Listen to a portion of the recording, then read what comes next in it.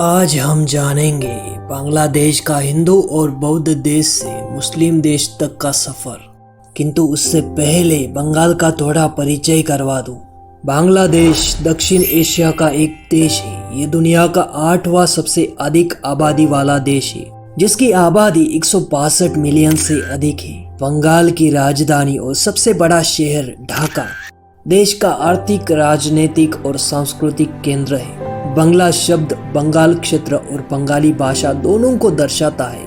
शब्द का सबसे पहले उपयोग 805 ईस्वी में नेसरी प्लेट में देखा जाता है।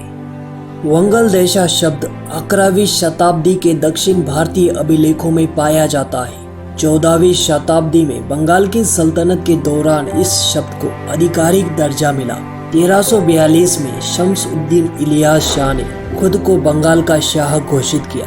बंगला शब्द इस्लामिक काल के दौरान इस क्षेत्र का सबसे आम नाम बना। अब लौटते हैं अपनी कहानी की तरफ।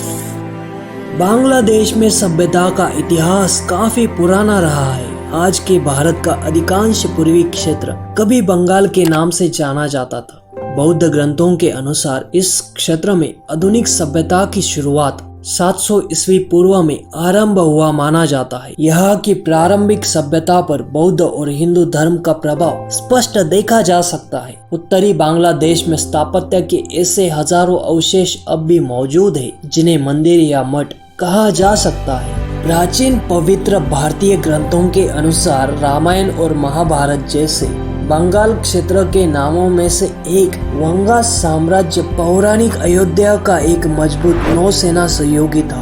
भारतीय उपमहाद्वीप के प्राचीन और शास्त्रीय काल में एक क्षेत्र कई रियासतों का घर था, जिनमें पुंदरा, गंगरदाई, गौड़ा, समता और हरिकेला शामिल थे। इस्लाम 6वीं या 7वीं शताब्दी ईस्वी के दौरान आया और 13वीं शताब्दी की शुरुआत से बख्तियार खिलजी के नेतृत्व में विजय के साथ साथ इस क्षेत्र में शाह जलाल जैसे सुन्नी मिशनरियों की गतिविधियों के साथ धीरे धीरे प्रभावी हो गया। बाद में मुस्लिम शासकों ने मस्जिदों का निर्माण करके इस्लाम के उपदेश की शुरुआत की।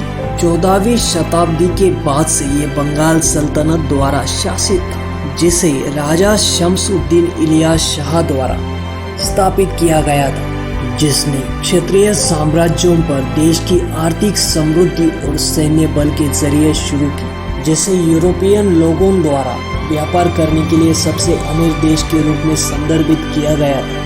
बाद में एक क्षेत्र मुगल साम्राज्य के अंतर्गत आ गया, अपने सबसे धनी प्रांत के रूप में। और फिर यहाँ पर मुस्लिम शासकों द्वारा शासन के चलते बहुत सी मुस्लिम आबादी तैयार हो गई।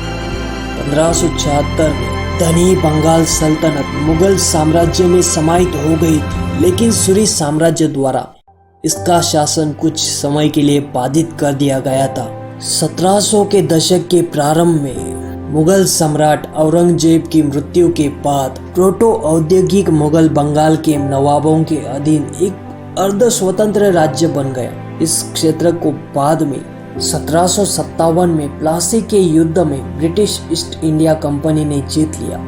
इस तरह बंगाल बन गया।